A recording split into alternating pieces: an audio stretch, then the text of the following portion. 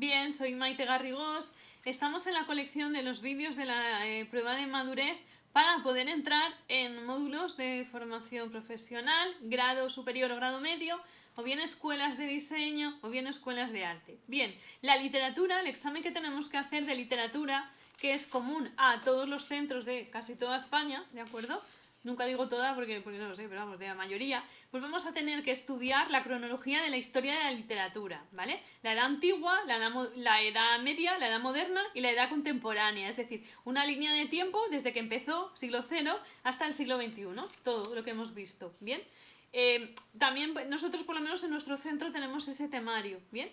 Luego la literatura, pues empezamos también con la literatura antigua, pues desde la India, el periodo bíblico, la hebrea, el clásico, la literatura griega y la romana a pinceladas, pero para que alguien sepa como cultura general, pues eso, pues hombres como Homero, ¿no? Aristóteles, Platón, Sócrates, ¿vale? Que luego pues los estudiantes que les esperamos la EBAU tienen filosofía muchos de ellos y sí lo utilizan, pero vosotros que vais a la prueba de madurez para que os suene por lo menos, ¿de acuerdo? Séneca, Cicerone, por ejemplo, en literatura latina, en los griegos, ¿vale? Y luego la medieval. En la medieval lo más importante que empezamos a ver serían las cánticas, el mestre de clerencia, el antiguo villancico castellano, Cipreste de Ita, ¿vale? Eso es lo mínimo que damos.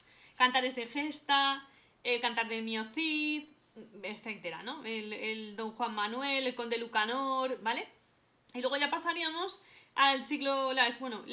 casi siempre en esta prueba vamos a centrarnos en la literatura española, ¿bien?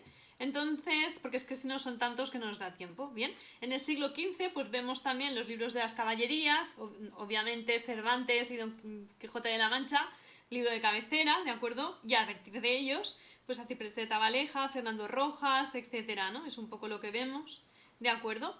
Y luego lo siguiente que vemos sería el siglo XVI o bien el Renacimiento, Garcilaso de la Vega, Fran Luis León, ¿de acuerdo? Fernando Herrera, etcétera. Luego, pues eso, Santa Teresa de Jesús. Estoy, pues bueno, viendo un poco la novela picaresca también vemos. Miguel de Cervantes con el ingenioso Hidalgo Don Quijote de la Mancha, ¿vale? Del siglo XVI. Pues eso. Y luego, eso, vemos una pincelada también del Renacimiento, tanto en Europa, en Francia o en Inglaterra, Alemania y Portugal, pero me centro más en España, ¿de acuerdo?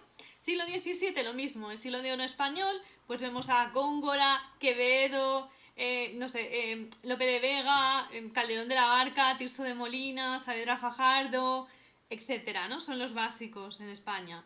Luego, en el siglo XVIII, el neoclasicismo. ¿Qué vamos a ver? Pues en España vamos a ver a Félix María de Samaniego, no sé, Fray Benito Jerónimo Feijóo y Montenegro, Vicente García, Ramón de la Cruz, etc., ¿no? José Cadalso, etcétera. Pasaríamos luego en España el siglo XIX, el romanticismo, realismo, naturalismo, José de Espronceda, Ángel de Saavedra, Gustavo Adolfo Bécquer, Rosalía de Castro, Pedro Valdés, José Zorrilla, ¿de acuerdo? Juan Donoso Cortés, Mariano José Larra, por ejemplo, ¿vale? Eso sería dentro del romanticismo en España. Dentro del realismo en España veremos a Ramón Campoamor, Benito Pérez Galdós, Emilia Pardo Bazán, Leopoldo Alias Clarín, Vicente Blasco Ibáñez, por ejemplo, Marcelino Menéndez Pelayo. ¿Vale? Eso sería... Vale. Y luego ya seguimos, más o menos, en los escritores del siglo XX. Vamos a ver el modernismo con Rubén Darío, la generación del 98, que sería Miguel de Unamuno, Ramiro Maeztu, Azorín, Pío Baroja, Antonio Machado, Valle Inclán, Ramón Menéndez Pidal. Generación de 1914, Ortega y Gasset, Gabriel Miró, etcétera, y la del 27, que es la que suele caer, 98-27.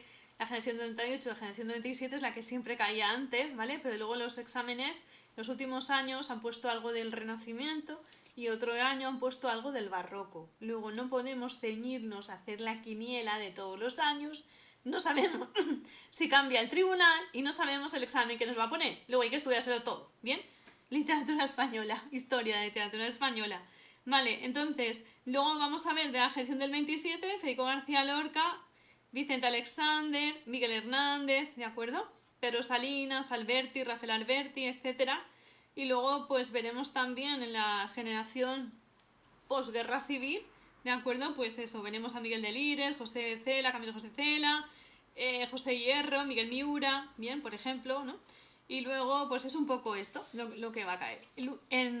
Eso por una parte, ¿vale? Entonces, vemos esto y luego en temas de análisis literario de textos, pues depende del tipo de texto. Si nos cae un sainete, una obra de teatro o nos cae una poesía.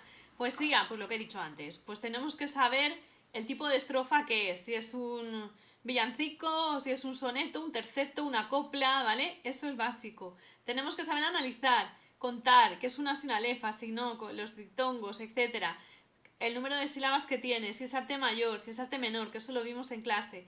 Menos de 8 arte menor, más de 8 arte mayor, ¿vale?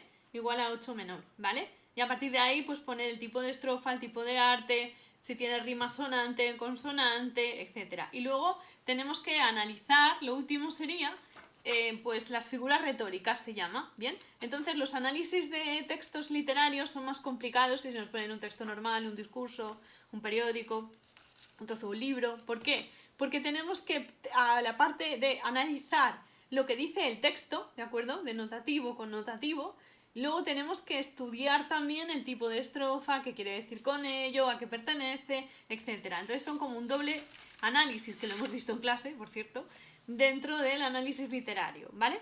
Figuras retóricas relacionadas con el nivel fónico, como puede ser una literación, onomatopeya, encabalgamiento, etcétera, o con la construcción de la sintaxis, pues el asintedón, elipses, anáfora, etcétera, hiperbatón, ¿vale? O con el nivel semántico de la oración, metonimia, metáfora, alegonía, hipérbole, antítesis, paradoja, símil, ironía, etcétera, ¿bien?